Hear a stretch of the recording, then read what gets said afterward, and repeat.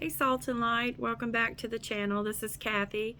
Wanted to thank every one of you for being with us today. Whether you're new or you're old, please hit the like and the subscribe button so the channel can keep growing and reach others. And if you're new and you'd like to subscribe, hit the bell icon, and every time I upload a video it will send you a notification so you can listen to the things that God has given me to help you in your walk.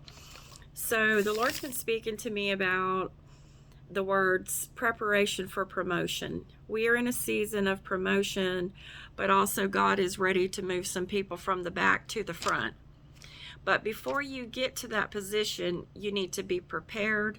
You need to be prepared mentally, emotionally, spiritually. We need to have some of our character in check, because when God puts you out there in front of people, you are to be a reflection and an imitation of Christ. Now, we're human. We make mistakes, and He understands it, but it's about what the intent of your heart is and what your motives are. We are to have pure motives, because in 2 Samuel 16, God said it's the heart of man that He looks at, not the outward appearance. Even though people may judge you by your outward appearance, God always looks at your heart. So I'm going to be talking to you today out of 1 Kings and 2 Kings. So we're going to talk first out of 1 Kings 19, and we're going to talk about Elijah and Elisha. And Elisha was Elijah's assistant, armor bearer, successor. He was his student, because anytime God raises up somebody in the kingdom of heaven, He usually assigns them with another person who has already walked the walk, paid the price, and they were under somebody's mentorship as well. Because Jesus told us to go and make disciples of people. Now, you're a disciple by those that He puts you with, but also by spending time in His Word, because Jesus is the teacher. So in 1 Kings chapter 19, this was after Elijah ran from Jezebel and hid in a cave. He was running for his life because he had killed all the prophets of Baal, which were false prophets, demonic prophets. He had killed all of them. I mean, Elijah was bad, and I love him. And she found out what he had done, which Jezebel was a demonic woman, and her husband Ahab was the king, but he was weak. He was a wimp, and she kind of ran the kingdom over him. So she told Elijah, she sent a message to him, as surely if the Lord, well, she was talking about her fake gods or her demonic gods that she served, by this time tomorrow, if I haven't killed you, then may the gods do the same thing to me. So Elijah started running for his life. But out of his trials and out of his fear and his running for his life, God still brought a great anointing upon him, because He not only anointed two kings to be kings over a town called Aram, A-R-A-M. God told Elijah to anoint Hazael to be king of Aram, and to anoint Jehu to be king of Israel.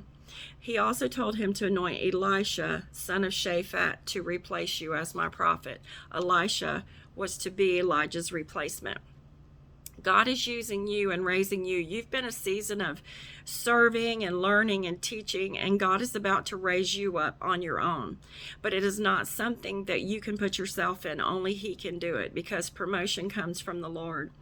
And it's not about a title. It's not about being seen by everybody wearing the most fanciest clothes. It's about your humility and about your service to God. Because when you pay the price to get where you're at, it's going to cost you a lot, because it cost Jesus His life. The anointing always costs, but we always have the most amazing gift and weight of glory to be able to see what God is doing in our lives and in everybody else's lives. So after God told Elijah to do this, he came to the mouth of the cave, and he said, Lord, I've served you, but all your people have turned against you, and they're serving other gods, or they're going after other demonic things. God told him, I have preserved 7,000, Elijah, who have not bowed their knee to Baal. And Baal is another name for Satan and his followers.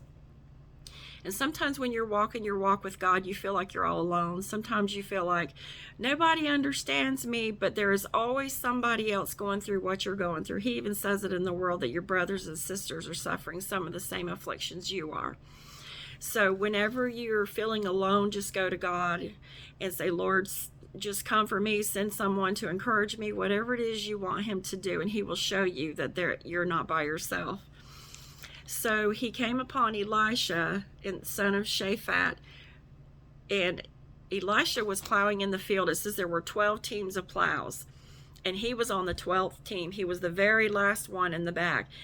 And I kept thinking of the last shall be first and the first shall be last. You may be on the very last end of the totem pole. You may be in the very last company or assigned position. Maybe you're the newest person at your job, but God sees you.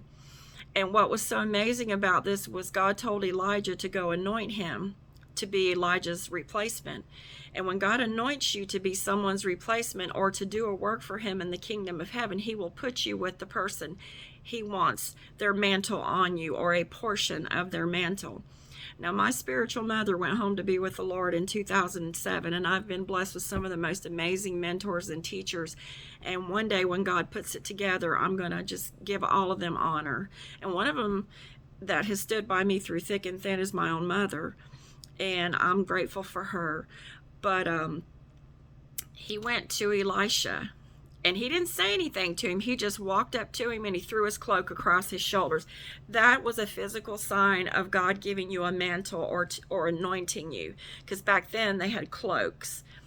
And recently I was in a prayer service, or a celebration service, and the Lord told me to take the scarf I was wearing and go drape it over 3 people's backs, and it was for protection. It was not for anything to be seen by people. It was for protection, but it was also for anointing, for a mantle. God was telling me to give them some of what was on me because of what was coming and what he was going to use them for. So not only did he throw his cloak on Elisha's shoulders, he just walked off. He didn't say a word to him. And it says, Elisha was plowing with the 12th team. Elijah went over to him and threw his cloak across